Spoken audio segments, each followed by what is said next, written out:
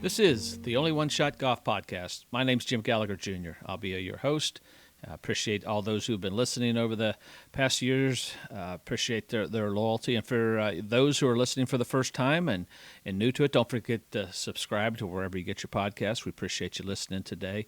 I've been out on the road, traveling a bunch, doing so many different things. I worked the U.S. Open, LA Country Club, an amazing win by Wyndham Clark out there. I walked several miles, to say the least, 20,000 steps a day, but had a great time out there, and it was fun to be back at the U.S. Open, getting to do some live golf, which I've never been able to do, and so that was kind of a cool week. Then the next week was the U.S. Senior Open up at Century World up in Wisconsin. Bernhard Langer beating Hal Irwin's record, winning, number 46 wins on the Champions Tour. Just a phenomenal amazing feat by that man. He just played some phenomenal golf. Went to the John Deere. Sepp Straka won that. He was on a 59 watch there for a while and was able to work that as well. But this week, just finished up at the LPGA tournament at the Dana Open, which is at Sylvania, Ohio, just right on that Ohio-Michigan border, or I should say state line. It's always an amazing tournament. Started out as the Jamie Farr Toledo Classic back, I guess this is the 38th edition, so how many years ago? And it's been at Highland Meadows for about 34 years. It's always a great event. Judd Silverman does a great job. It's always welcomed by the community. They all come out. They were out today, the final day, where Linn Grant won. She ended up winning by 3 over Allison Corpus, who just won the U.S. Women's Open. It was an amazing week for us. Had some rain on the round 3 Saturday, had about a 4-hour delay, but that didn't derail Linn Grant from having an incredible round. Made four birdies in a row, and then birdies 9, and then holds it at 11 with an 8-iron, an incredible run there, and also makes another couple birdies. And we're thinking, hey, she could shoot 59. Ends up shooting 62, an amazing round, made a bogey at 16, but took a 6-shot lead into the final round. And things got a little bit close there. She wasn't making any mistakes. She just wasn't making any birdies. And she hits it over the green at the 8th hole. She chips it in for birdie where it looks like she's going to make a bogey. Minjee Lee's making a run. That lead would have been close to 2 or down to 2. And then Minjee makes double on 11. And several players got within, 2 or 3 shots, 4 shots. And then right at the end, Allison made birdie at 18, cut it to 2. But Linn Grant with the fine birdie on the last hole to pull out and win her first LPGA event. She's won 5 times on the LAT, played her college golf at Arizona State, an amazing, just a 2-year career out there at Arizona State, won 4 times, 3 times in the spring of 2021 for the Sun Devils, and just had a great career, was up to world number 2, amateur turned pro, August of 2021. And in just a short period of time is now a winner on the LPGA. And we're trying to, I made a bunch of texts to Missy Kaye, my friend, who's also the coach at Arizona State for the women's team, and trying to get to know a little bit more about Linn, kind of get that personal side. She sent me several texts, and I just was on the phone after Linn had won. She was so proud of her and how well some of her ex-players. I know that's really cool for her to see her ex-players playing well, but I figured, hey, let's get Missy back on the podcast, find out a little bit more about Linn, some of her ex-players, how proud she is of watching that, and just see what Missy's team's going to look like coming up this year, what's up for her, and the future of women's golf. She was out at Pebble Beach for the U.S. Women's Open. I know she's got some great insight on that. So while we got a minute, let's get Missy on the phone. All right, I've got my good friend, Missy Kaye, on the phone from Arizona State, the women's golf coach. Missy, thanks for spending some time with me. It's great to get the chance to talk to you, as always. Well, I just finished up the coverage of the Dana Open, and I know you were a very interested spectator. You had 3 of your former players up there in the top 20, and Linn Grant, who played for you just a couple years ago, won her first LPGA event, won by 3 over Allison Corpus, who just won the U.S. Women's Open. But how cool was it for you, or how maybe it was just nerve-wracking for you to sit there and watch Linn kind of get it done, even though she had a big lead going into the final round today? It was wonderful to watch today. I actually just got back from Europe last night, late, recruiting over in France, the European junior girls team. And so I knew she was playing well. I was paying attention. I saw the 62 and that she had a good lead going into today. And fortunately, I got to go to Pebble Beach for a couple of days And I really was happy that I got to be there over the practice round. So I got a chance to visit and spend some time with our ASU, our Sun Devil golfer alums. And I got to spend some time with Linn alone. And just to catch up, I hadn't seen her since, she had not been to the U.S. since she turned pro. So it was great to visit with her a little bit and just, talk to her about how's life, what's going on, all that kind of thing. And she's got a new caddy, which obviously that's going well. They had, have their first win now, and their partnership is very new. And she was doing great. So it was really great to get a chance just to visit with her and ask her about life and all that fun stuff, and see her dad and her brother at Pebble Beach. And so, she's just so, she really enjoys what she does, and she loves to win. They talked about it. You all talked about it on the telecast today. It's really how she's wired. And they were also talking about how she had looked at the leaderboard. They could tell, and she knew how she was doing. And from my experience with coaching her, she definitely will want to know where she stands. She doesn't obsess over it or worry about it. She just is very intentional and wants to know, does she need to try to make eagle the last hole to win? Does she need to come in with 3 birdies? Or if she was leading by 3, what's that look like? And will make adjustments as needed. She's able to do that. And so everything she did today did not surprise me. And her ability to, she kind of zoom focuses in and out. And I think what Mikey, her caddy, who was a really good caddy, and won the job this year to work for her, he's a little older, and I could just tell by watching that, he's going to kind of keep her a little bit light in between. And then when she goes in and makes a decision and hits, she's all in. And so I think it's a really good, they've got a really good balance. He's a good balance to her. Because we were talking about that, and you asked her at Pebble Beach, what makes a good caddy? And she really didn't have an answer. She wasn't sure, but I think you saw that today in just what you said. I noticed she was happy between shots, but when it was time, and you told me this, you texted me this when you were in France or just coming back, that she doesn't let outside things bother her. She does not waste energy on that. How many of us do that? We waste energy on stuff that we can't control, but she didn't do that. She really never has done that since I've known her. And it was, as a collegiate player, it was one of the things that she did so well, that she really knows how to filter out, what's important. And she doesn't put energy or emotion into any of that. But what I really enjoyed watching those last couple holes, and especially on 18, when obviously, it's not over till it's over, right? Correct. So you can't let up, you can't any of that. But I loved seeing her smile on 18, and when she could, enjoy that last walk. And, I was chuckling watching when she hit into the groove ahead of her. I was like, I watched her hit that shot, and, I think, everybody, Morgan and Kelly were a little bit shocked as what to say. And it was certainly not her intention to hit the green. And so that was definitely a adrenaline thing, because Mikey would have called her off if he said, hey, they're still in the green.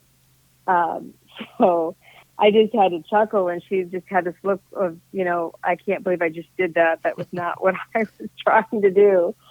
So, but that's what, that's the, she goes to that next level in a good way, and, probably hit that 20 yards further than she's hit it all week. So, it was fun to watch how much she enjoyed it and was smiling. And that's exactly where you want to be, and enjoy that moment and all that hard work. And you just kind of soak that in for a minute. And she's got a great career ahead of her. She's just done really great, and it's just really fun to watch.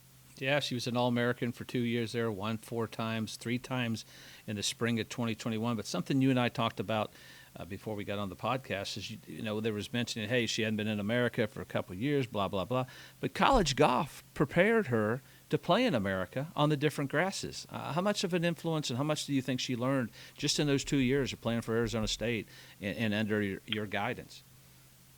Well, that just a simple experience of being able to play in the U.S. and because the tour we do, we're really intentional about our schedule and handling, time zone changes and grass changes and all things, things like that, weather changes. And, we played the regional championship at Ohio State. Mm-hmm. And it, all that is absolutely great experience when you're a tour player coming in, although she had been here for 2 years, she remembers what it was like to play at Ohio State, and she remembers that grass, and she's so dang smart. Wherever we played from West Coast to East Coast, it's a great way to be prepared. And I think we're seeing this emergence right now, which is amazing, watching Allison Corpuz win the U.S. Open, All-American at USC, Rose Zhang, 2 years at Stanford, and how obviously prepared she is to be playing professional golf. There's a lot of great things that the American college system is adding to these young women and preparing them in a lot of different ways. And I think it's wonderful to see that, the college coach. It was so fun at Pebble Beach because I got to see a bunch of, former college players, and I always stop and say hi and give them a hug. Marina Alex was playing in a practice round with Azada Munoz, and she looked at me like, "Oh my gosh, coach!" And I gave her a big hug, and we started talking for a minute. And I am a big fan of all these young ladies that go on to have careers on tour because it's been so fun to watch them grow as human beings in collegiate golf, and always a fan to be around very talented young women that there's a couple that have broken my heart along the way, recruited and I didn't get, but yeah. I just really, I love to get to see them out there on that stage. And Bronte Law and I talked for a few minutes. I haven't seen Bronte in a while. And she's like, "So you're still coaching?" I said, "Yeah, I still love it. Still hanging in there." So, she was at UCLA, was a star at UCLA. So you mentioned a lot of Pac-12 teams with some very. Players. You mentioned in those Pac-12 teams with a very loaded talent that you have to recruit against and play against, and it is amazing.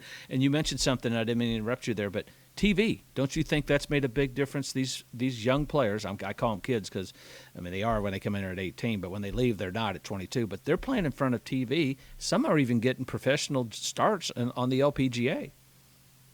Absolutely. It's 100%. It's great. They are not, it's a big deal when if you've never had a camera behind you, and follow you and be right behind you and be walking with you, it's a whole new experience. It takes you out of your comfort zone. And to be able to manage that and know how to just be like, it's just another thing. It's part of everything that's going around you.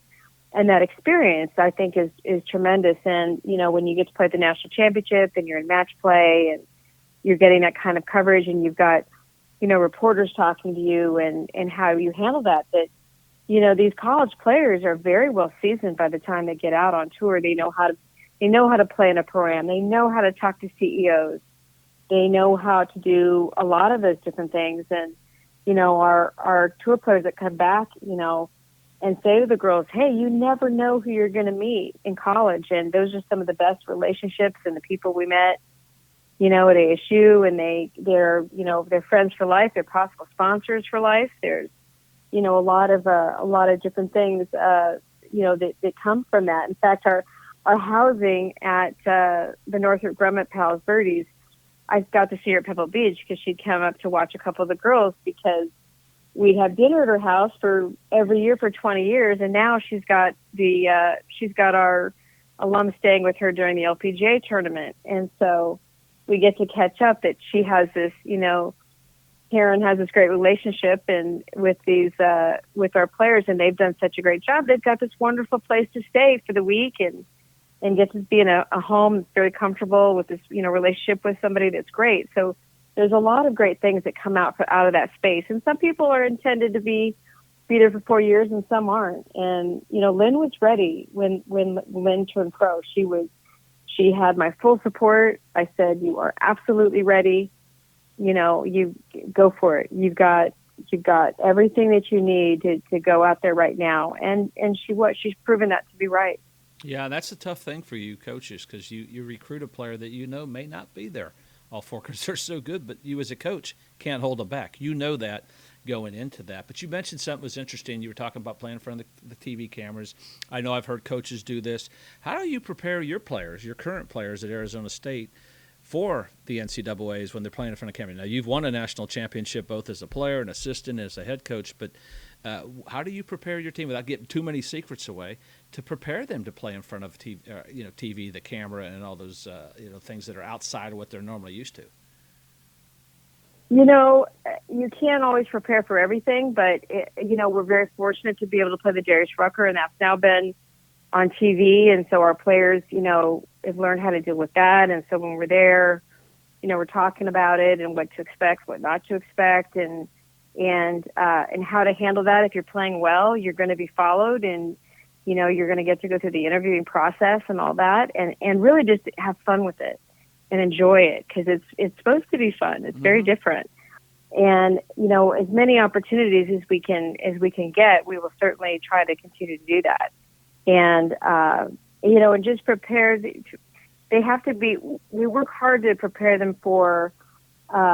Embrace the unexpected, and how to, because if you're going to be a professional tour player, you're going to be a professional golfer, you've got to learn to be adaptable. You have got to adapt from the stories already I've heard about Rose, who I love, by the way. She's a terrific young lady, and she's going to be great for the tour. She's great for college golf.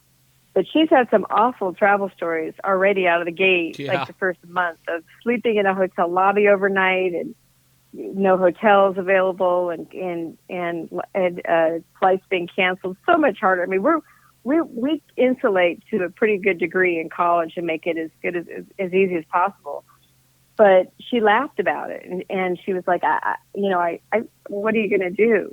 So that's what you have to be able to get to that point where you can laugh at it, embrace it. Traveling as a tour player you are a gypsy, yes, as you very well know. Yes, absolutely. And how to adapt to that. Well, you mentioned something that Tom Watson told us at the Ryder Cup, and that's expect the unexpected. That's true not only at the Ryder Cup, that's true in every walk of life. And I think that was well said on your part. But a couple of your ex-players, Carlota Saganda, 65, final round, finishes 12th. She's been on 5 Solheim Cups. Leah Strom, 16th. That was so cool to see Strom and Linn Grant embracing there on the last hole, and that connection. I know the ASU connection, and it was really cool to see that. And they celebrated with champagne, not water, which I thought was even better. Right. It was. I took a picture. I sent it to Lynn. I sent it to Linnea. I was like, oh, it's so great to see you girls together.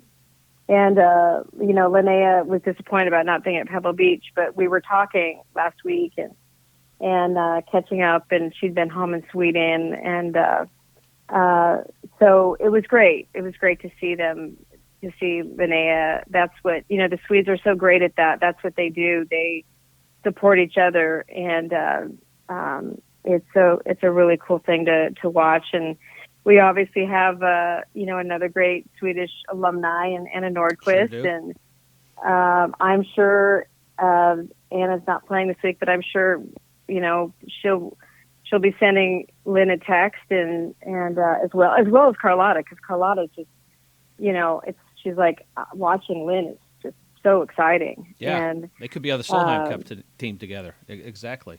Well, I got to have lunch with Carlota and Anna the week before the Open, and they were actually talking about Solheim, and I think this is going to be Anna's 8th, which I cannot believe, and Carlota's 6th, and the two of them were like, we've never played together. We've played in all these Solheims, and we've never matched up with each other. And they were like, that'd be kind of cool. So I just kind of sat back and listened to them talk about, they went kind of into this moment of deep dive into Solheim and playing for Suzanne, and then, the whole thing. And they go, well, we've got, we got a couple of young ones joining us. And I said, well, you're not going to have to get Linn psyched up to play because she will be in her element there, and she loves that stage. So she will be so excited to be a part of that. So they were chatting about that and being in Spain, which is a huge thing. So it's just wonderful to get to be, to get to kind of witness it, kind of be a fly in the wall with, and get to hear how they talk about it and how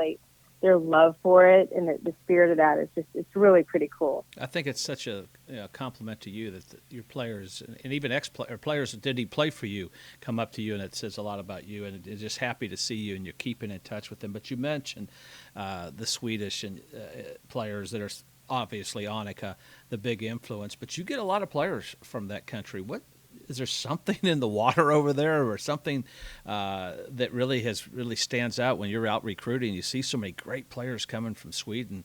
Is there a couple things that maybe stick out to you that really has really helped them? The Annika obviously is the big thing, but that sticks out to you, why they've just had so many great players come out of there. I love their coaches, and I love how they train them and how they. I watched several Swedes this past week. I love how they just are so they're so well coached in very different ways in how they from a team aspect. I mean, they're talented and they've got great mechanics and things like that. But I love how they function as a team, and they are very supportive of each other, and they are taught and buy in at a very early age, just like you saw it. The other young lady on the green at 18 with Linn today was another Swedish player who played for Oklahoma State. Yep. And so it's their natural state to cheer for each other, to support each other, and they always it's not. I can't believe she's won again, or it's like, hey, you won this week, it's your turn. Next week it'll be my turn. I'll be there for you when you win. And so they have such a great mentality in supporting each other and backing each other that I think that it starts at a very young age. I saw it this week again, and they're so unified, and they're out watching. When somebody's, they'll go out, if they can't caddy, they'll watch them tee off, they'll watch them finish, they'll watch them, if somebody's in a playoff, they're just always supporting each other. They really don't see it being any other way. And so it's wonderful that, the Swedes that play collegiate golf, at least this is my experience, is that they have two teams. They play for their country and their university, and they always take that with them. And Anna is Anna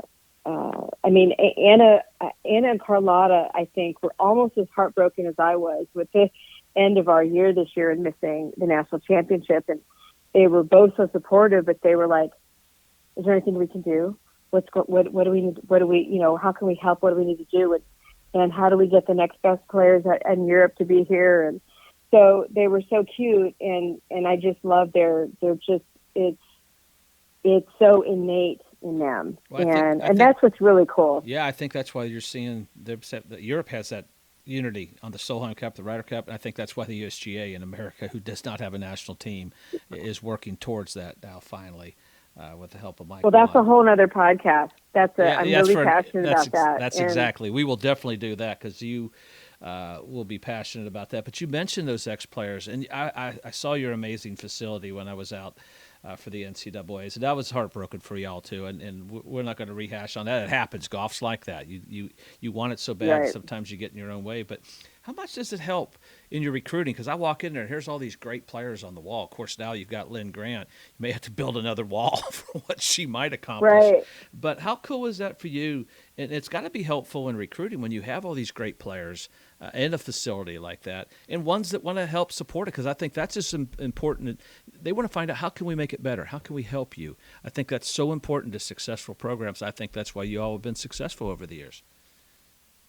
Well, I think it's really important, and we welcome our alumni back. We're very close with our men's team and our men's alumni, and so we're really. I mean, it sounds a little trite, but we are really one big family, and so Carlotta spends as much time talking to the Spaniard on our men's team, who's doing quite well. Yep. So say, and having a good summer, and vice versa. So.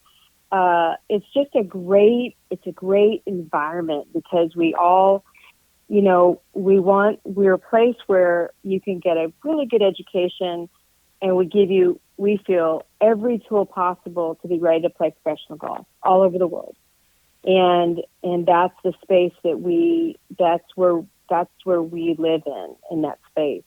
And so it's very normal for us to have, John Rahm walk in the building, and then Anna walks in the Norquist and Carlotta Saganda walk in the building, or, Paul Casey and different, and then the younger guys and the younger girls that are on the developmental tours working their way, and they have they have friendships. They don't just have access; they have friendships with these players, and on both sides. And so everybody's always wanting to support each other. Everybody's, looking at the bigger goal, and not.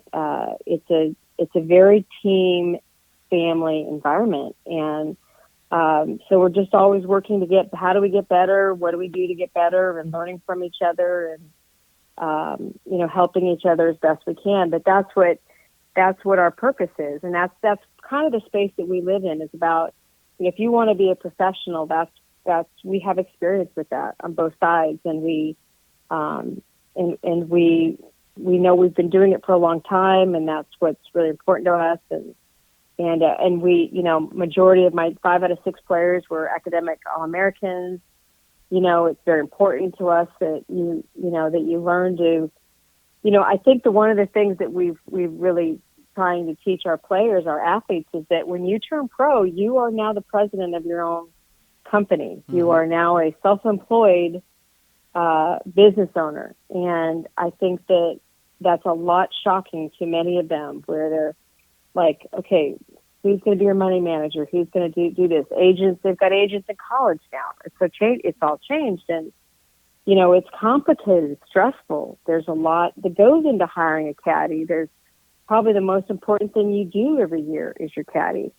And then you've got your swing coaches, and how do you manage that? There's a timing in place of when you should look at, changing equipment and not look at changing equipment, or swing changes and things like that. So there's a lot that goes into it. It's very complicated. And so that's really how we look at the development of our players, is to, and some of them change their minds, and some of them, Monica Vaughn is a perfect example of someone that decided that playing professionally was just not her path, and but she was ready. She had all the tools in place that she chose to go that route, and that's really important to us. Yeah, and you mentioned that. I mean, it's Linn Grant. She was prepared, and she's proven that. Y'all gave the tools for 2 years. She took advantage of that, and she's doing great, and all your players are. And I think something you mentioned is you and Matt do a great job keeping everybody together. I think the successful programs where both the men and the women have that tight bond, because there's only 8 on each team, so you got less than 20 people. It's not like football. I'm not saying they don't look like the football players, but they don't. But they've got that. Hey, they're all in it together, so they can bounce things off of each other, and I think that's so important. But I want to get back to Pebble Beach. You were out there. The experience, I know, was incredible. What did playing a golf course like Pebble Beach mean to the women's game in your perspective? It was such a great experience. And when I got there the first day, they had the USGA invited back all of the former U.S. Open champions. And so a lot of it was just phenomenal, getting to say hi to a lot of those women that I have, looked up to my entire life, and that were idols of Heather's as well. And, got to have some great conversations. I'm sitting there having a conversation with Meg Malin, Beth Daniel, and Kari Webb about how amazing. We're standing there next to the 18th green, at Pebble Beach and soaking it in. And, you know, we're at Pebble Beach because of women like that. And Jan Stevenson was there, and Joanne Connor came back, and all these amazing, Hollis Stacy I got to see and catch up. And I thought I gave her a heart attack because apparently I look even more like my sister than I ever have before. And I was like, Hollis, it's Missy. And she's like, I'm like, you look so much like Heather. I haven't seen you in a couple of years. I said, I know. It was very sweet. It made me smile. Yeah, absolutely. But we all know how momentous this is. And for me to have a player in the field, Grace Summer Hayes, played and represented ASU, and to get to have that conversation with Grace and walk part of a practice round with her, and I love the fact that Grace at her age gets it. She gets it. But I also, I kind of laughed. I go, I was saying to the champions I was talking to that, I go, I get a couple eye rolls, but tradition is really important to me, and my players are always going to know about who came before them, and that their world is based upon what, from the founders to this next generation of retired players. And then, Anna and Carlotta, I said to them, I said, you girls, you're the veterans out here. And they're like, yes, don't remind us of that. So it's hard for them to believe that. It's hard for me to believe that is. And so they are the ones that are in charge of, the newbies, the young stars like a Linn Grant, and showing them, and Rose and Allison Corpus about, what it's like to be a career tour player with a great career. And so it was really great. Grace, I watched this from a distance, and this was like the coolest thing. So I'm watching Amy Alcott stand on the tee box, and Grace and her dad was caddying, and they walk up to the tee, and I'm too far away to be able to kind of nudge Grace and say, that's Amy Alcott. Do you know who that is?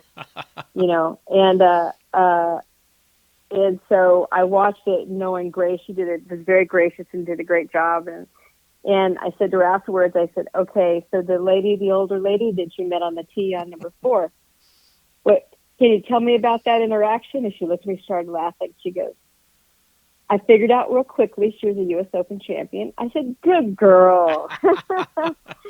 And she said, it was really funny, though. And she said she introduced herself as, I'm Amy Alcott, Hall of Famer, U.S. Open champion. And Boyd said, her dad, who spends a lot of time on the men's tour, he said, I love that she did that because I wouldn't have recognized her in person like that. And so he goes, immediately I knew who Amy Alcott was, and, one of the amazing careers on the LPGA tour. And so the fact that Grace got to meet somebody like that and have this conversation and understand what it means, what a woman like that, has, done for the tour, it was really a kind of a cool moment to sit back and watch it and watch my young player. We play in the Annika Collegiate, and I'm always like, now, I know you guys know who Annika is, but do you really know what this woman has accomplished? And so we always I pepper them with trivia questions and things like that. That's where I get a little bit of the eye roll. I know, we talk about it, I know. I Googled her. And I'm like, Google it, right. But I'm like, man, I tell you what, if I teach you nothing in college, I'm going to teach you that you know who these people are and these women are and have respect for what they've done, because we would not be where they were. And someday you'll have that. Several of you are going to have that, mantle to carry. And I hope you carry it with the same, wonderful grace and dignity that these women have, gone before you. And Pebble Beach is on the rotation now. That's amazing. Pine Valley got Curtis Cup. Now, it's a long ways away. I will not be coaching in 20 years, sure? God willing. But I might just have to plan a trip to go to Pine Valley to watch Curtis Cup, down the road. So we are in a really, really cool time, and some amazing things are happening. And from, if Augusta National got things rolling in this direction, and the women are more than capable of playing these golf courses, no question about it. And they're so talented and getting to showcase these amazing athletes, that golfers are now. It's really an exciting time in women's golf, and it's an exciting time to talk about it. Yeah, history is such an important part of the game, growing the game. Kupcho and Fossey at Augusta, I mean, that just sent it into another orbit without any question about it. But let's talk about the team coming back. I can't believe it's in the middle of July. I know you're in the middle of recruiting, but you're going to have the kids coming back in about a month or so. How's the team look? Who's coming back? And what's the schedule look like for y'all for next season? Everybody will be back. Yeah, we do. We start in a month. I mean, I have a little bit more recruiting to go. I'm going to the U.S. Junior Girls tomorrow in Colorado, which is going to be great. I've been on the road for 3 weeks, and I'm looking forward to a little bit of vacation time before school starts. We had a very young team last year, and I threw a lot at them, and they learned a lot. And I think they're really ready to, you can learn, if you're smart, you learn a lot when things don't go your way. And I think that this team has learned a lot. And I think they have a lot of things they want to accomplish this year. And, my 3 freshmen from last year, one of them redshirted because she had some injury. Patience Rose has had a great summer. And she unfortunately had to play her ASU teammate, Beth Coulter from Ireland at the European Ladies last week, and she beat Beth 3-2.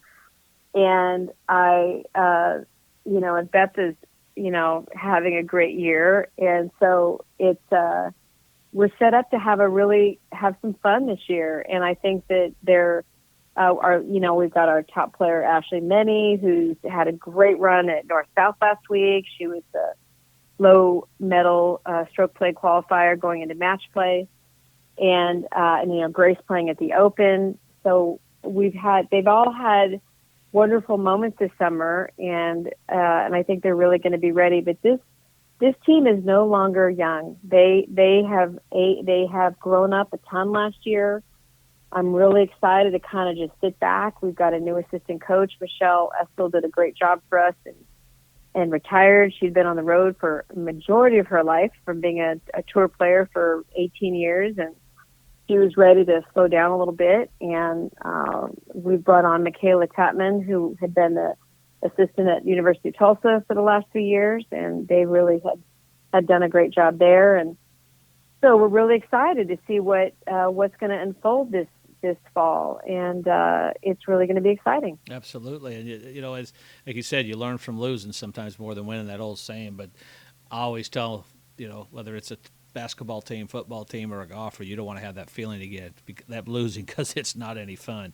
Remember that feeling. You don't want to feel that again. But Missy, thanks so much for spending some time with us, getting us a little insight on Linn Grant and what you've been up to, and just the women's game in general. It's always fascinating to me, of course, being a dad of 3 daughters and 2 that played in college. And of course, my wife's a pretty good little player in the Mississippi Sports Hall of Fame in her own right. Not too bad. If we start ranking people, I might be down there with Elizabeth, who doesn't hardly even play. She just played yesterday, so she's played more than me. I might be like 6th in my family or something. It's really dropping quickly. I've got to work on my stats. But thanks for spending some time with us, and we'll catch up. And good luck in the fall, and safe travel. Thanks so much, Jim. Great to talk to you. Wow, that was great. Missy Kaye is just one of the best coaches in women's college golf. She just does an incredible job, and she's been through some tough times. Of course, lost her sister Heather to cancer, and she's battled it and beat it, I think, at least 3 times herself. So an amazing story. Go back to episode 20 in our first season if you want to hear a little bit more about Missy, get to know her, because she was on that, did an incredible job. That's when I was first starting the podcast. She was incredible back then as she was today. But thanks for listening. We appreciate all the support. Don't forget to get your copy of Only One Shot. That's by VJ Trolio. That's available on Amazon. And until next time, we appreciate you listening, and we'll talk to you later. What were you thinking on that play? Take a lap, and when you come back, maybe you'll do things my way. Let me tell you why I don't let things slide. If you can live through